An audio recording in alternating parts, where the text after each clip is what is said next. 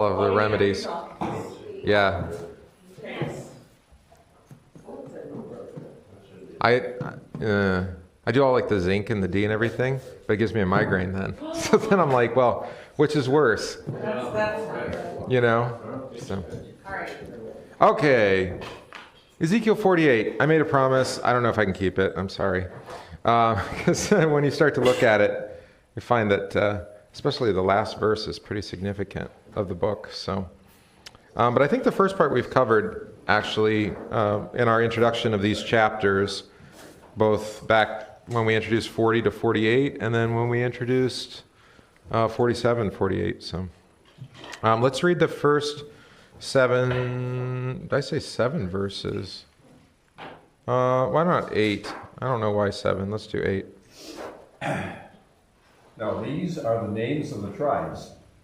From the northern border along the road to Hethlon at the entrance of Hamath to Hazer Enan, the border of Damascus northward. In the direction of Hamath there shall be one section for Dan from its east to its west side, by the border of Dan from the east side to the west, one section for Asher, by the border of Asher from the east side to the west, one section for Naphtali by the border of Naphtali from the east side to the west, one section for Manasseh by the border of Manasseh from the east side to the west, one section for Ephraim from the border of Ephraim from the east side to the west, one section for Reuben by the border of Reuben from the east side to the west, one section for Judah by the border of Judah from the east side to the west,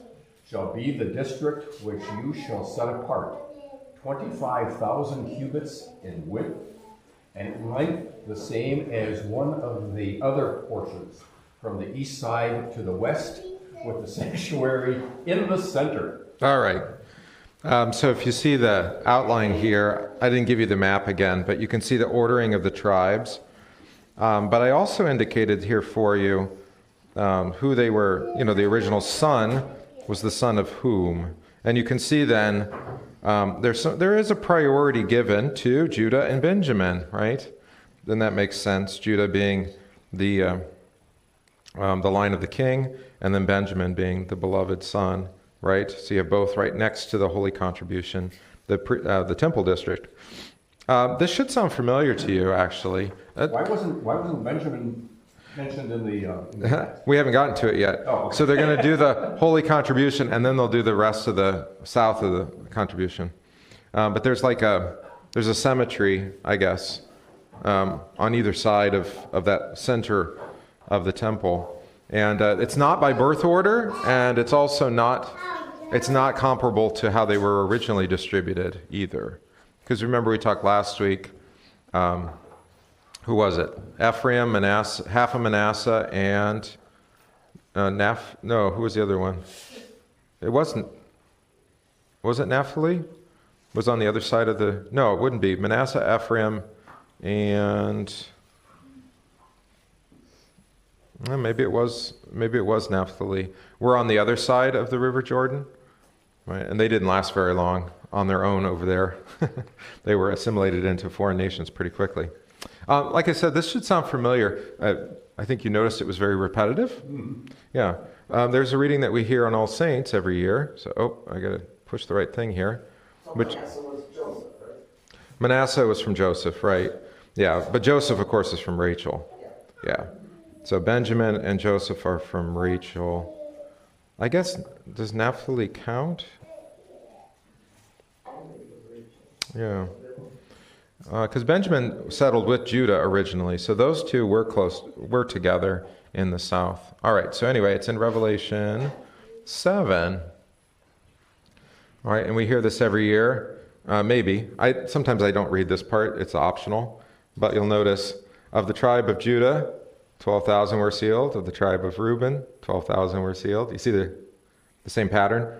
The tribe of Gad, 12,000 were sealed, although it's not in the same order, right?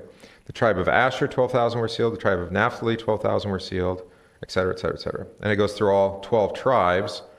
And these were the 144,000, right? So there's an indication that's a little bit different in that reading, in this reading, which is it's not about the inheritance of the land, but it's the inheritance of the people, right? So it's numbering the people. But it has the same, I think it's the same kind of idea, is that it is the same idea. All the nations have been gathered together again in this restoration. This is a restoration of God's people on the last day. So it's less about land, just in the same way when we talked about Revelation, it was less about the temple because the Lamb is on the throne. So the temple kind of disappears as well. So also does this sense of like a geography. And that makes sense. Ezekiel can only, we've talked about this frequently, can only speak of the things he knows.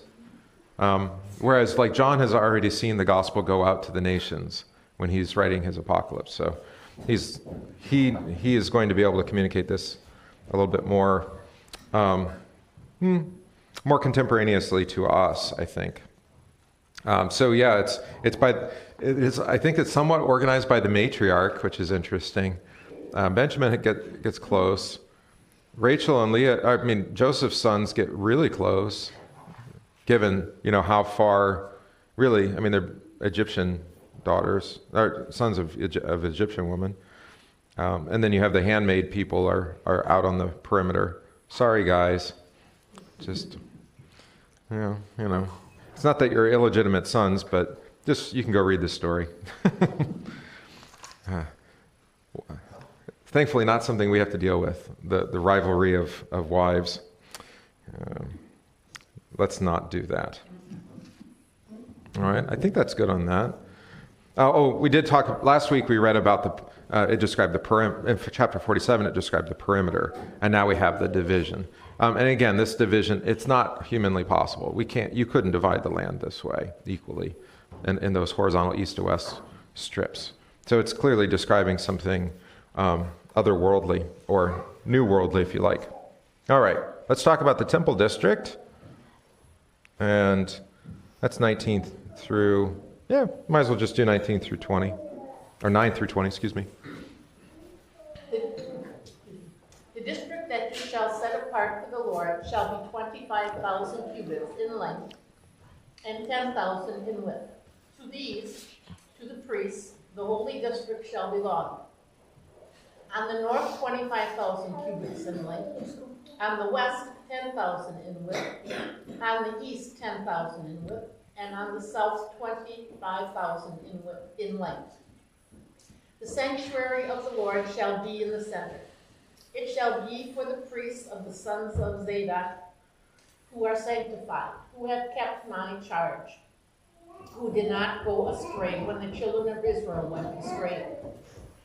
As the Levites went astray, and this district of land that is set apart shall be to them a thing most holy by the order of the Levites. Scrolling, there we go. Opposite the border of the priests, the Levites shall have an area 25,000 cubits in length and 10,000 in width. Its entire length shall be 25,000, and its width 10,000. And they shall not sell or exchange any of it. They may not alienate this best part of the land, for it is holy to the Lord. The 5,000 cubits in width that remain along the edge of the 25,000 shall be for general use by the city, for dwellings and common land, and the city shall be in the center. These shall be its measurements. The north side, 4,500 cubits. The south side, 4,500. The east side, 4,500. And the west side, 4,500. The common land of the city shall be to the north 250 cubits, to the south 250, to the east 250, and to the west 250. The rest of the length alongside the district of the holy section shall be 10,000 cubits to the east and 10,000 to the west. It shall be adjacent to the district of the holy section, and its produce shall be food for the workers of the city. The workers of the city from all the tribes of Israel shall cultivate it. The entire district shall be 25,000 cubits by 25,000 cubits, 4 square. You shall set apart the holy district with the property of the city. Okay. One of the reasons I like New King James Version is because it actually indicates for you, I think something important, is when there are words that are implied but aren't actually there, they italicize it. So if you wondered why it kept cubits was italicized throughout, that's because it's not actually in the text. So the critics are like, well, it's probably a cubit. I'm actually of the opinion that it doesn't need to be a cubit, because again, we're not describing, physical earthly land, and again, it doesn't even match up to the geography anyway. 25,000 cubits, roughly 18 inches, a foot and a half. It doesn't even match. So, but they do it anyway, and anyway, cubit can also vary, just like the pound varies, a foot varies. I mean, we're normalized now, but historically, that depends on who the king is. He changes the measurement all the time. Yeah. Now, if you don't remember, this was a few weeks ago. Let's see, January 21st. Oh, that's more than a few weeks. No, that's a month ago. But we had the map, right? And so there was the map with the divisions, north to south, which is how it was numbered. And then here was that specific, what we just read, that holy contribution, and the division of square within square within square, although there's strips too. The 25,000 by 10,000 are in there too. So the priests were of Zadok. This has been a long time since we talked about that. But those were the faithful priests under Solomon or under the kings, I should say, after Solomon, then that are given the priestly duties. The rest of the Levites do get land, which is unique, because they didn't have land rights. Well, they had cities throughout all the other, what do you want to call it, tribal lands. They had cities, the Levites did, but they didn't have their own territory. And they didn't here either, right? But in a sense, this holy contribution is the Levitical land.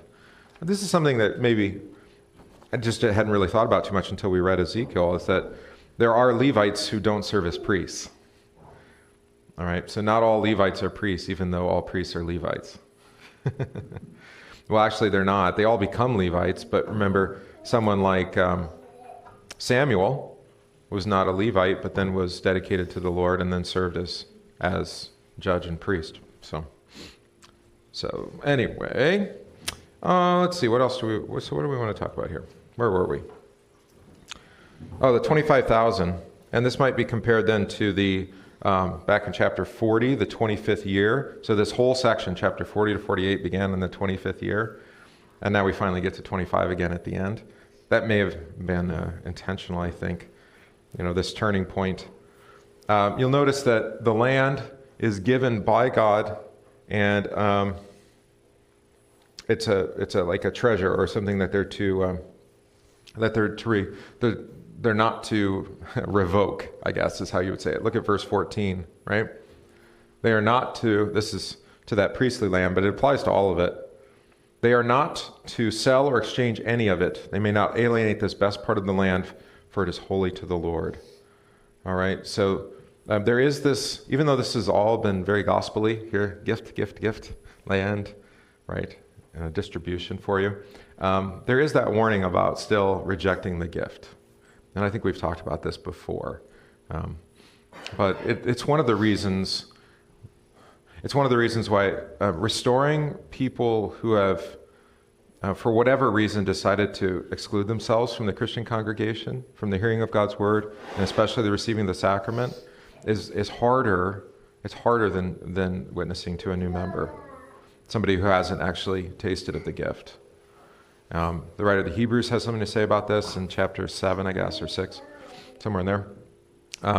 This is my own personal experience, but I think it's compatible with what broadly the Scripture teaches, is that once you've tasted of the gift, if you reject it, it's a rejection of the Lord himself. And it's not that God can't overcome that, but it is challenging. It's challenging. It's like It's like rejecting the source of life is what it is. So what's going to happen to you if you cut yourself off from life? You're dying. That's right. Yeah. And unfortunately, when it comes to like the death of sin, we actually enjoy it, which is unfortunate, right? If sin weren't so pleasurable and so pleasant, then, to sleep in on Sunday morning, if that weren't so nice, then, maybe we wouldn't do it. But anyway, all right, so where were we? Sorry if my brain isn't quite firing on all cylinders. It's okay. So this is what I wrote. This is in that paragraph on the holy contribution. Yahweh is the giver of his land, and the people give back or reserve as a sacrifice of thanksgiving a portion of his gift in recognition that none of it is theirs by birthright. It is entirely a divine gift of grace. Right? And this is still true for us. For Israel and Christian worship, everything depends on God's prior gift, centering on Christ and the cross. Then, in voluntary response, believers offer their sacrifices, which are not propitiatory, that means a blood covering for sin. They don't take away sins, but are Eucharistic. They are thanksgiving, which God uses to convey further gifts and to continue and strengthen the original gift.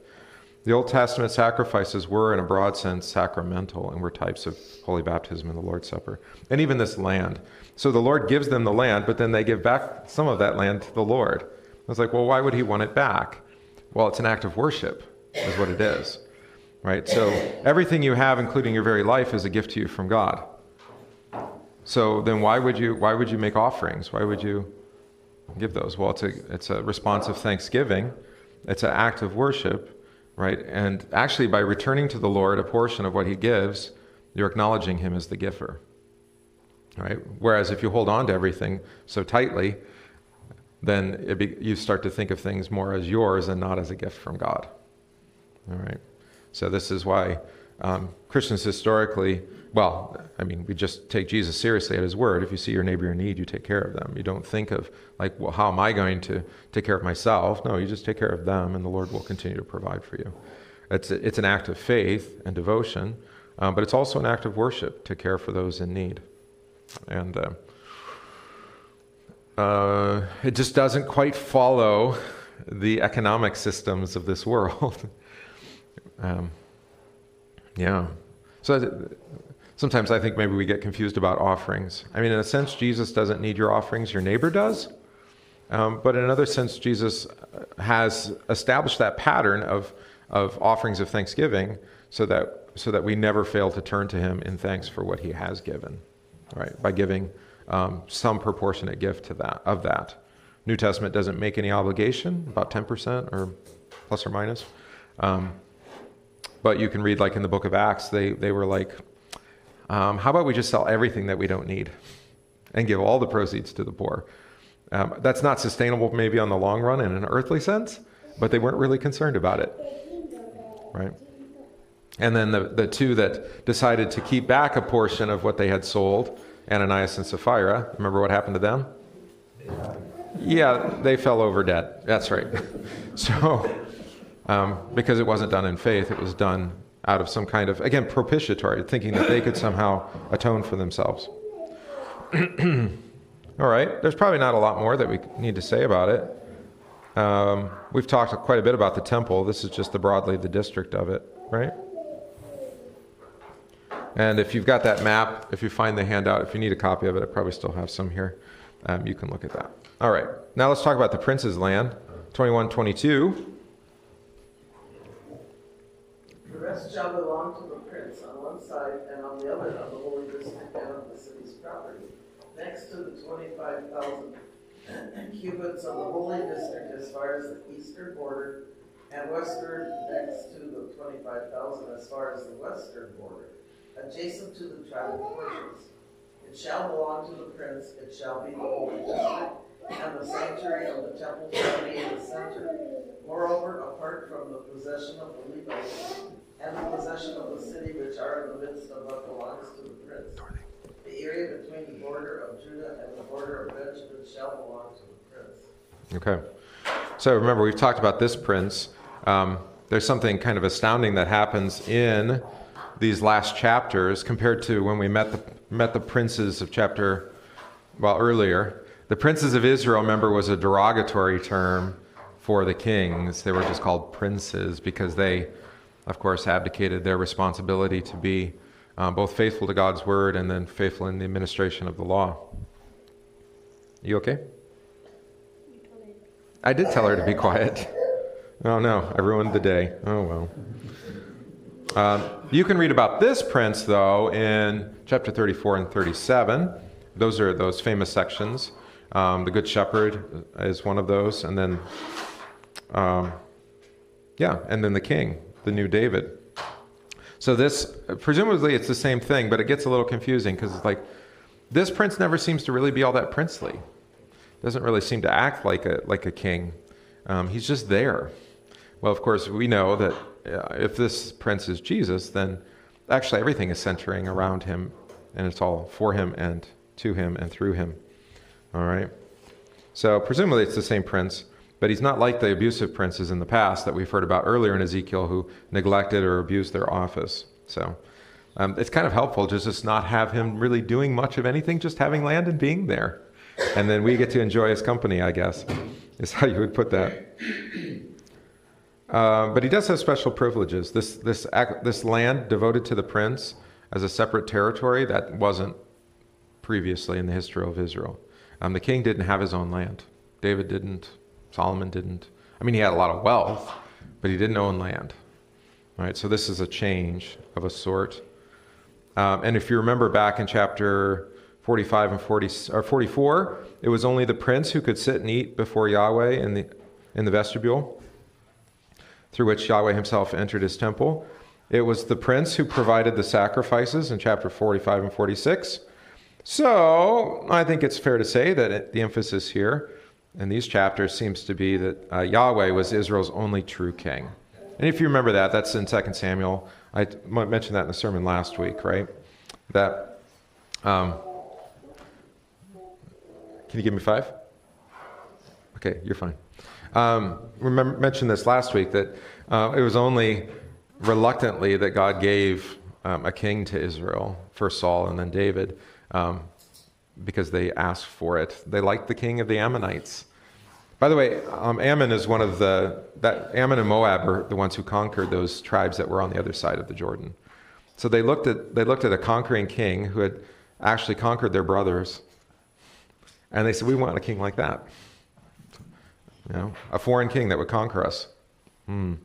So, yeah, and sometimes God gives us exactly what we ask for. But Samuel's assertion to them was, you don't need a king because Yahweh's your king. God's your king. All right. But since you asked for one, you demand it. Oh, well, here you go. Now you're going to learn what it means to have kings. Conscription is one of those things, which we know something about, right? So the dilemma of who this prince is will only be resolved by Jesus Christ, who is both true God and true man, and combines and fulfills the offices of King of Israel and the great high priest. So Jesus, this is a New Testament thing. Ezekiel doesn't yet get to see this, but that Jesus takes into himself both the office of the high priest and of the king. And this prince is a little foretaste of that, right? But maybe a pale impression of it. Does that follow? All right. Okay, now we're getting to the big part. Oh, did I not give you any notes on 23 to 27? I didn't. Here's the rest. Don, you want to do your part, the other half of what you didn't get to say? 23 to 27, 29. These are the other tribes. Okay.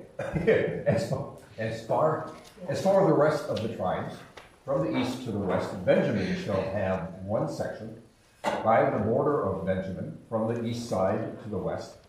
Simeon shall have one section by the border of Simeon, from the east side to the west. Issachar shall have one section by the border of Issachar, from the east side to the west. Zebulun shall have one section by the border of Zebulun, from the east side to the west. Gad shall have one section by the border of Gad, from the south side toward the south. The border shall be from Tamar to the waters of Meribah by Kadesh, along the brook of the great sea.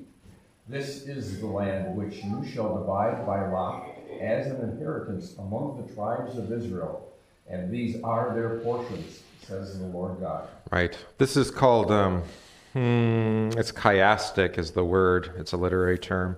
We usually describe these sorts of things like bookends, right? So you had the first however many tribes, then we have the description of the center, and then we worked our way back out to the other direction, right? And so you could actually come at it from the north to the holy contribution, or from the south to the holy contribution. But the emphasis there, both literally and then also geographically, is that what's at the center? The city, the temple, the priest's land, the prince's land, and then Judah, and then Benjamin, and then it works its way out.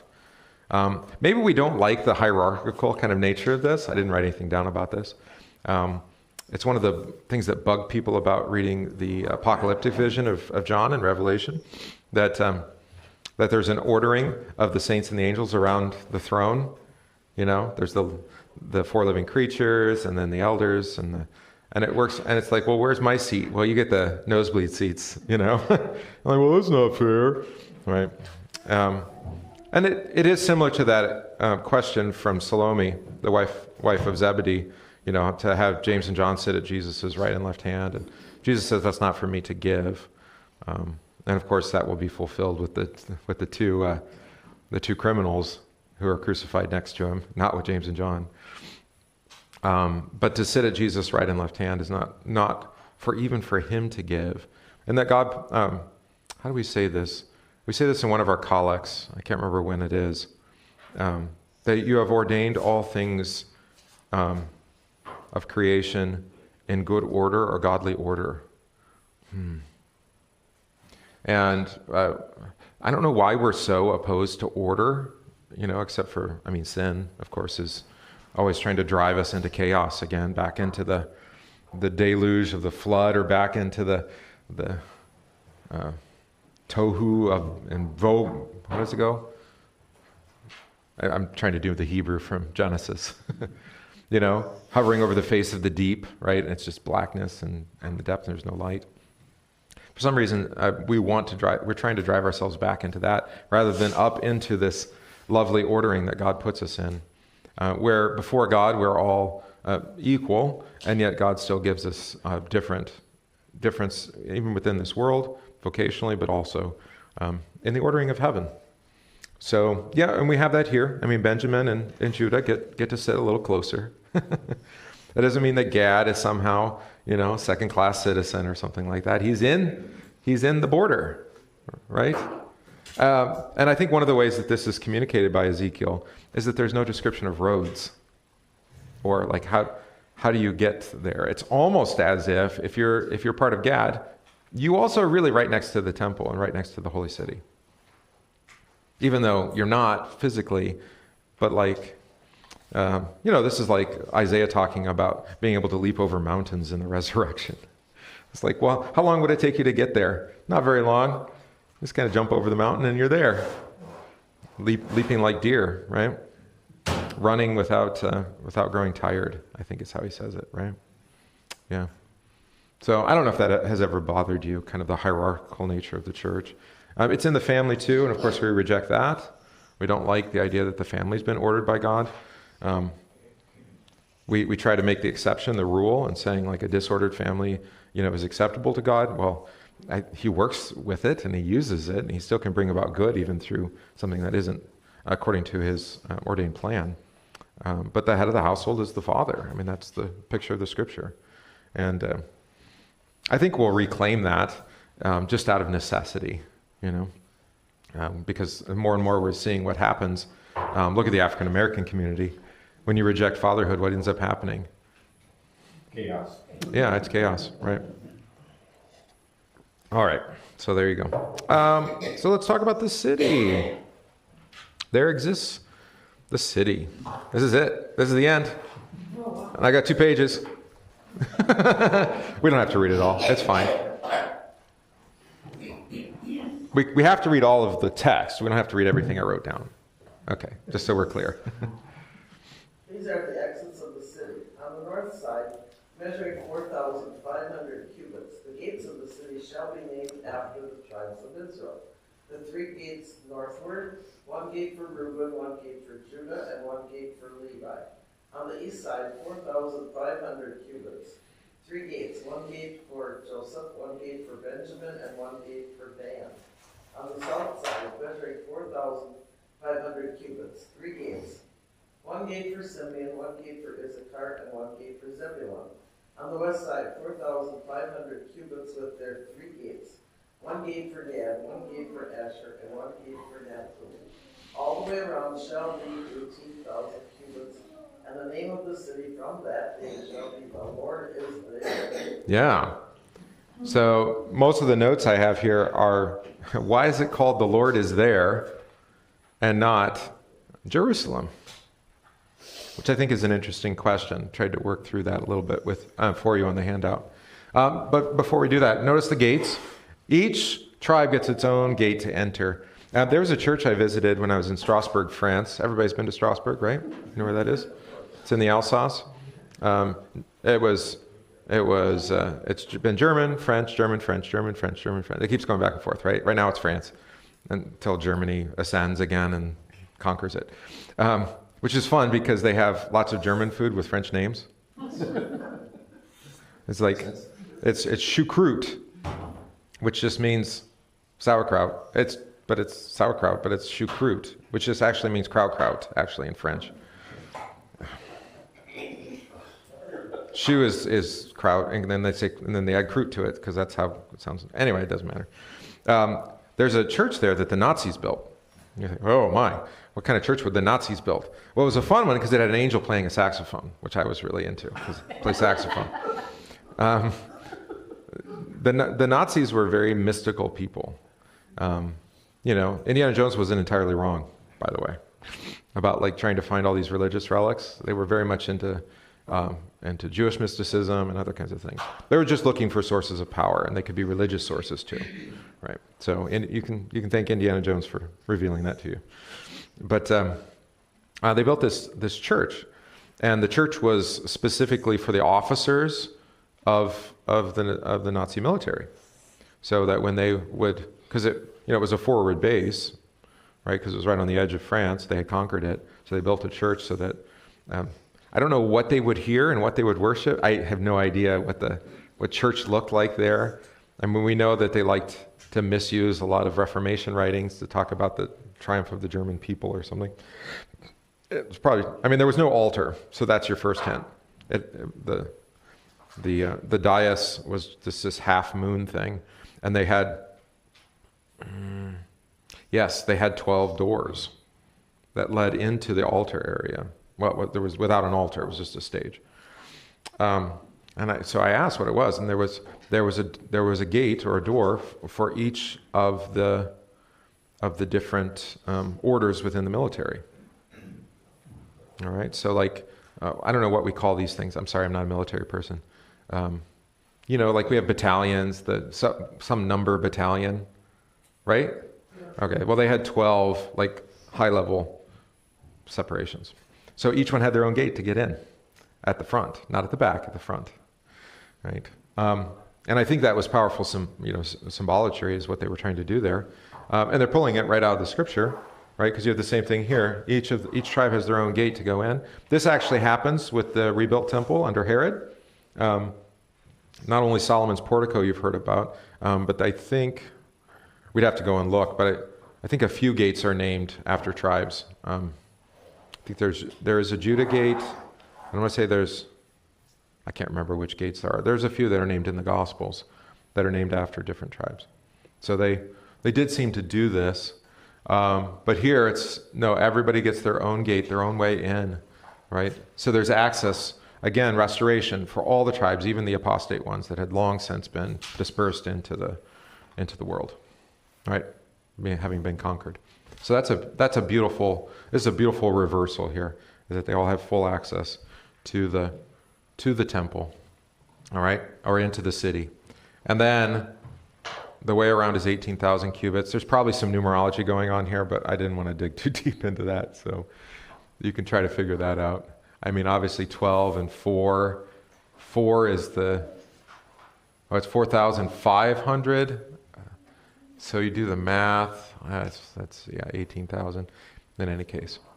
All right, and then the name of the city is The Lord is there. What is that? Anybody know that in Hebrew? Yeah, it's Yahweh Shema. That's what it is. Yahweh Shema. Remember, the Shema is the Lord our God, the Lord is one. That's the ancient creed of is it Deuteronomy? Probably. Might be in Exodus too. So, but notice the emphasis. What's the emphasis? You're there, all the 12 tribes, and the Lord's there. That's right. So the Lord comes to dwell with his people. All right. So let's look at what I wrote. Oh my goodness. There's quite a bit to cover. Well, we'll see how we do. Why would God not call the name of the new city, or the new city, by the name Jerusalem? I think part of the answer may be that in the coming era, God's salvation would not be confined to Jerusalem itself, nor would that city even necessarily be a focal point of centripetal force as in the Old Testament, right? So pilgrimages, everybody's being drawn into Jerusalem in the Old Testament. And it was required 3 times a year for adult males. You can read about that. Instead, in the New Testament era, worship is no longer centered at Jerusalem. John 4, go read that. Because salvation spreads out centrifugally. Why do you write down words that you can't pronounce? Centrifugally. There we go. From Jerusalem to the ends of the earth, right? First in Jerusalem, then Judea, then Samaria, and then to the ends of the earth, right? So,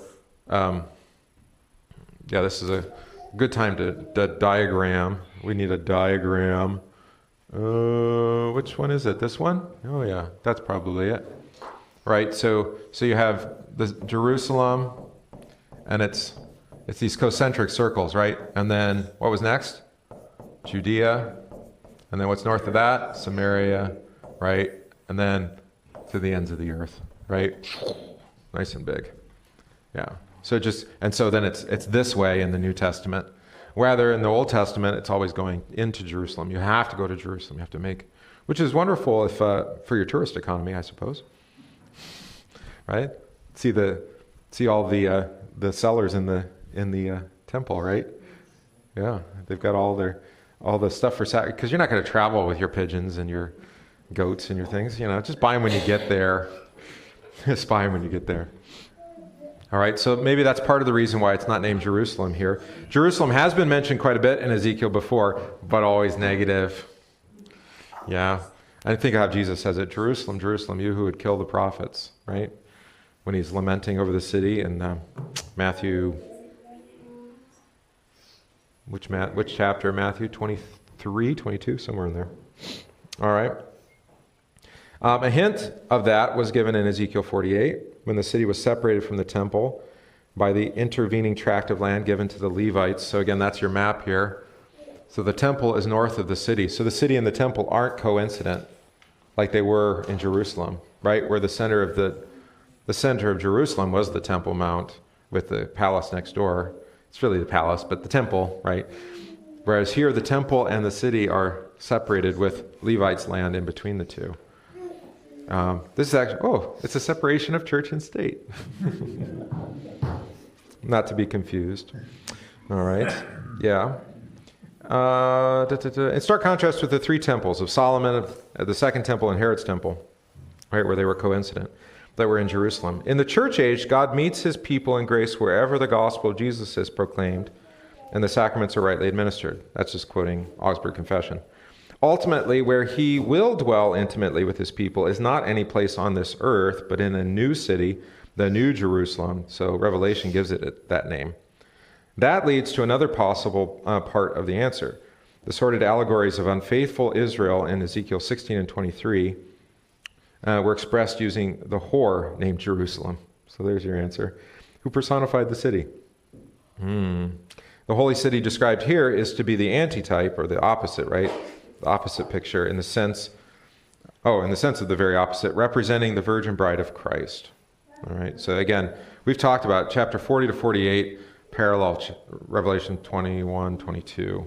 And I think when we started these chapters, we went and read Revelation 21, 22 to show you some of those comparisons. It'd probably be worth doing again. Oh no, I got a typo. Yet earlier in Ezekiel, the theme of Jerusalem as the elect city has not been totally neglected. It is, after all, and remains here, the city.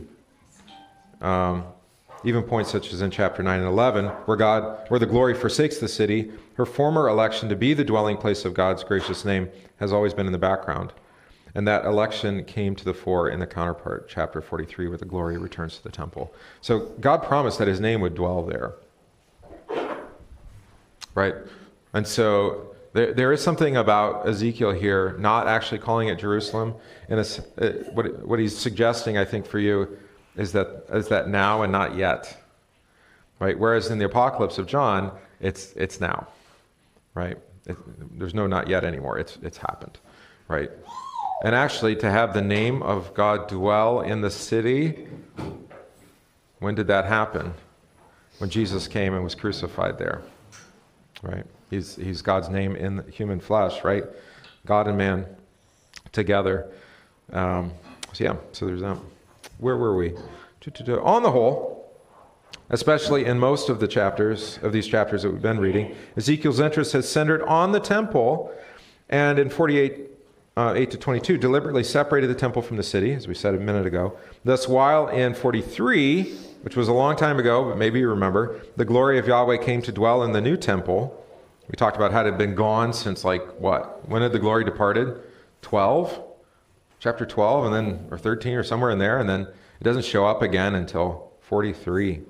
Right, it's been gone. And that meant that God was not there.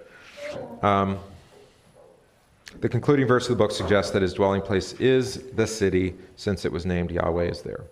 The temple and the city seem to have merged, as indeed they were united on earth in the Old Testament era. I mean, they're in the same geography, that 25,000 foursquare, right? And after Christ returns, the New Jerusalem, when in the New Jerusalem, the Lord God Almighty is in her temple, and the Lamb. So I guess we keep referring to it. We probably should just go look at it. Revelation 21. All right, so I saw a new heaven and a new earth, for the first heaven and the first earth had passed away, and there was no more sea. And then I, John, saw the holy city, New Jerusalem, coming down out of heaven from God. And then this is beautiful language. Prepared as a bride adorned for her husband. John's pulling from Isaiah for that, where Isaiah describes the city as being bejeweled, the eternal city. Remember this. How does the Paul Simon song go? Something about... it's on... sorry, my brain is totally flaking out today. What was his big solo album? With Paul Simon, with Ladysmith Black Mambazo, the African singers. Nobody listens? Oh, it's a great album. It's been too long. Yeah. Oh, I've got diamonds on the soles of my shoes. That's the line. Yeah, diamonds on the soles of my shoes. All right. Well, how would you get that happen? Because you're walking on diamonds, right? Yeah. He has a lot of Bible references, and they're generally pretty faithful. I don't know about his faith, but he gets the references right. All right, where were we? And then I heard a loud voice from heaven saying, "Behold, the tabernacle, or the dwelling place of God, is with men, and he will dwell with them, and they shall be his people. God himself will be with them and be their God." Right? So the Lord is, what was it said? The Lord is here, or Yahweh is here. What was the name of the city? How did it translate? The Lord is there. The Lord is there. Yep. All right, so you can see how John is clearly picking up on this. This is why I've told you that, I would never read Revelation with you. I've tried this before without reading Ezekiel, because it doesn't really, you don't understand all the references. And now I'm saying I'm not going to do it without Isaiah as well. But, all right, anyway. Sorry. And God will wipe away every tear from their eyes, and there will be no more death, nor sorrow, no crying. There shall be no more pain, for the former things have passed away. This is a lovely text to hear at a funeral, right? And then he who sat on the throne said, "Behold, I make all things new." And he said to me, "Write, for these words are true and faithful." And he said to me, "It is done. I am the Alpha and the Omega, the beginning and the end. I will give of the fountain of the water of life freely to him who thirsts." Remember all of the water of life stuff from chapter 47, just last chapter. "He who overcomes shall inherit all things, and I will be his God, and he shall be my son." And then John has to throw in this little bummer here, which is not fun to read at a funeral, but so what? "But the cowardly, unbelieving, abominable, murderers, sexually immoral, sorcerers, idolaters, and all liars shall have their part in the lake which burns with fire and brimstone, which is the second death. All right, and then we have the lambs. Oh, there it is. Verse 12. Right here. Verse 12. Also she had a great and high wall with 12 gates, and 12 angels at the gates, and the names written on them, which are the names of the 12 tribes of the children of Israel. So, Johnson, stop. I mean, they're seeing the same thing, right? 3 gates on the east, 3 gates on the north, 3 gates on the south, and 3 gates on the west. It's just read that. But also the city had 12 foundations, and then on them were the names of the 12 apostles of the Lamb. That's new, because there weren't 12 apostles for Ezekiel, right? And he who talked with me had a gold reed to measure the city, its gates, and its wall. It's laid out as a square. You saw, we've just read all this, right? In Ezekiel.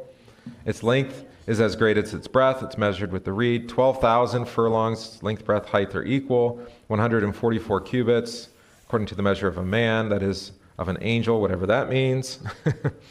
And then more about the construction, which we didn't have in Ezekiel, what it's made out of. And then with the pearls. But here's the difference then. We talked about there's some things that are the same, there's some things that aren't. I saw no temple in it, for the Lord God Almighty and the Lamb are its temple. So that's new. All right. Ezekiel was not yet given to see that. The city had no need of sun or moon to shine in it, for the glory of God illuminated it. The Lamb is its light. And the gates shall not be shut at all by the day. There shall be no night there. So the gates are constantly open, and the nations are constantly being streamed into the city. So in one sense, this is already happening now as saints are dying in the Lord and being welcomed into the heavenly Jerusalem, the new Jerusalem already, right? And there's no need for the gates to be shut because there's no night. Right. Only those whose names are written in the Lamb's book of life. And you can keep rid of, here's the river of life again, with the healing of the nations. Remember the leaves and the fruit. We read all this, right? In Ezekiel, yeah. With the tree of life, which bore the 12 fruits, each tree, or each fruit in each season. I don't know if there's anything else we need. Yeah. Is there something about the name of the city? I don't think so. It was just called the New Jerusalem, right? All right, so there you go. So Revelation 21:22 interprets this, I would suggest, in light of Christ. That's the way you want to understand that or read that. So where did I actually wrote that down? It is impossible not to compare the vision shown in Ezekiel with the one revealed to St. John, 21 through 27, in keeping with the doctrine of cumulative revelation, according to which the scriptures reveal divine truth more fully as one moves from Genesis to Revelation. Right? It's ever opening up. But now it's the revelation or the scriptures are closed in a sense, right? We don't have a closed canon, but there's no more. John says this is it at the end of his book, right? So you don't need to know more. This is what the Lord has revealed to us, both in his gospel and in his apocalypse. The last 2 chapters of the apocalypse picture the same eschatological or end-time state of God's redeemed people as does Ezekiel 40 to 48, but more clearly in light of the redemption accomplished at Christ's advent, first advent.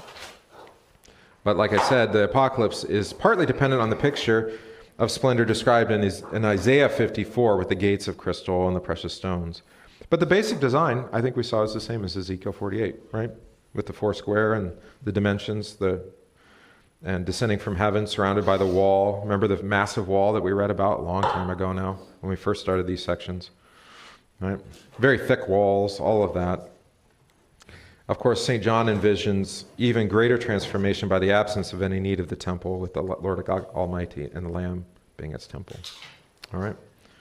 So that means that Ezekiel shouldn't be a closed book to us then.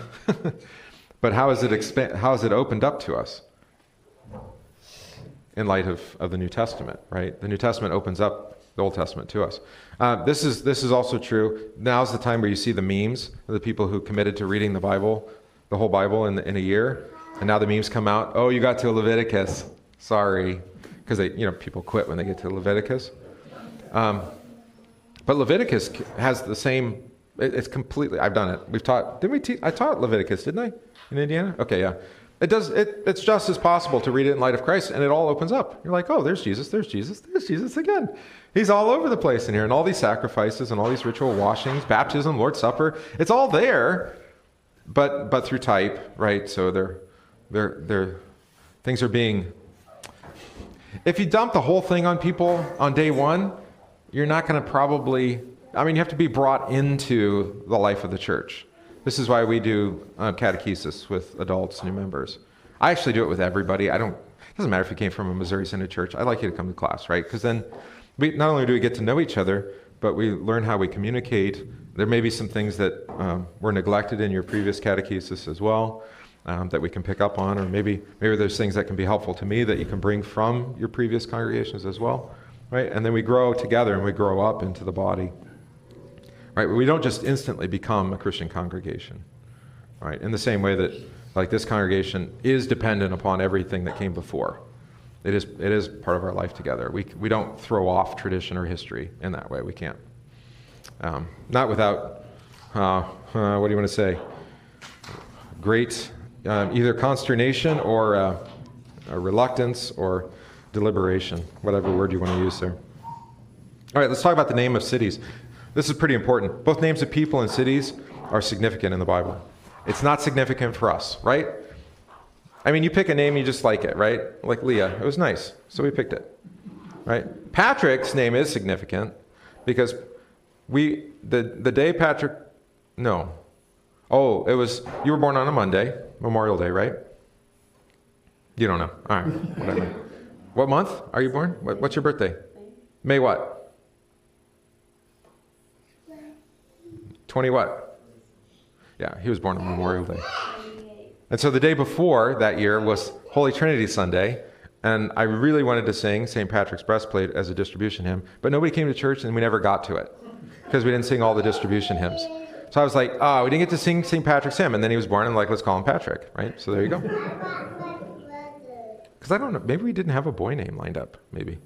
Right, now in the Bible, they pick names based off of events or things that happen. Massa and Meribah, which was quarreling and grumbling or something, right? Today you're going to hear about Jacob getting a new name.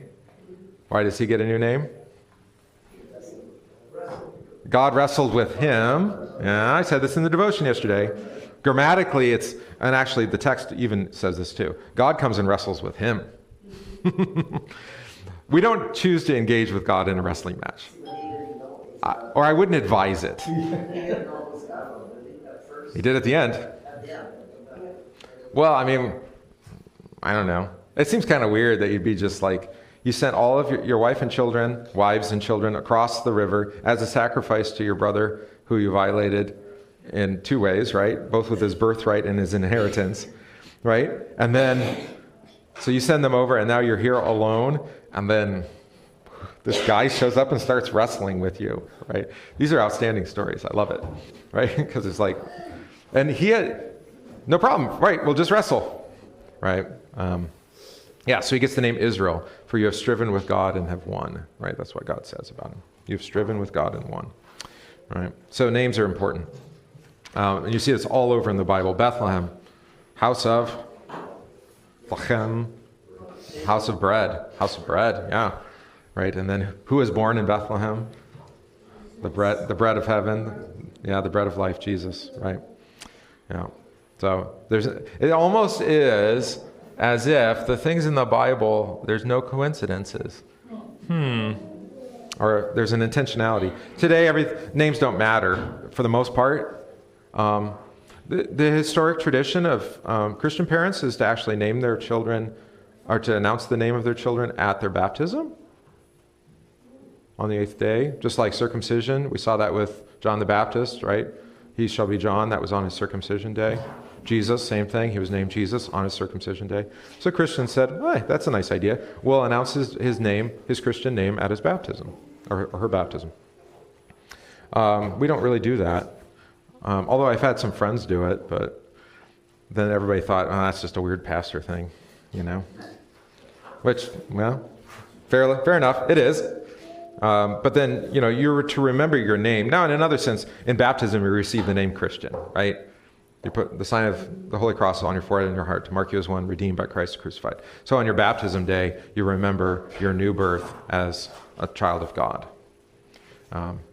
So that's your name. I mean, you could even say, that's my name. I am a child of God. That's what God calls me. Yeah. And that's a good thing. That's a good thing. There's again another Revelation 3:12 and 2:7 with the new name, but 3:12.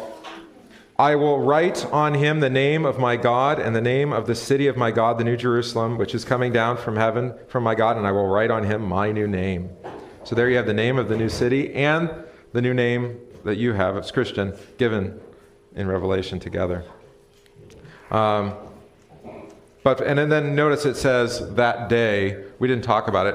When is the day that the city is named, the Lord is there? Right? And this John picks up, especially in his gospel.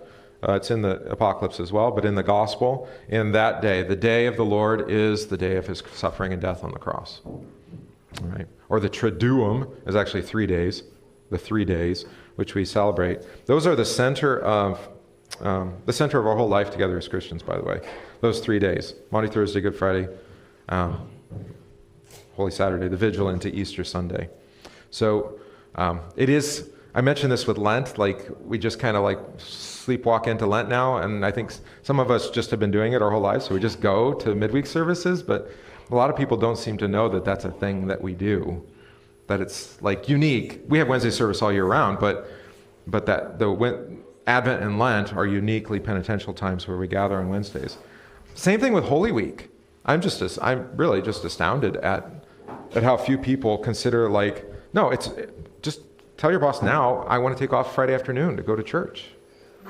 Just take a personal day, of all because you can come to Good Maundy Thursday in the evening, but from noon to 3 on that Friday afternoon is the central event of your salvation, and it's worth remembering it then, right? Yeah. But it's strange because everybody works on Good Friday now too, I suppose, right? Who closes on Good Friday? Used to be. Yeah, we used to always close. For the bank? Over the years, that got cut out. Yeah, and maybe that's just a reflection of how impious or unfaithful, unfortunately, our neighbors and our friends have been. Just worked at Mullins, and they say, if you want to, leave from church, you may, or if you want to stay at work, you may. Oh, okay. Yeah.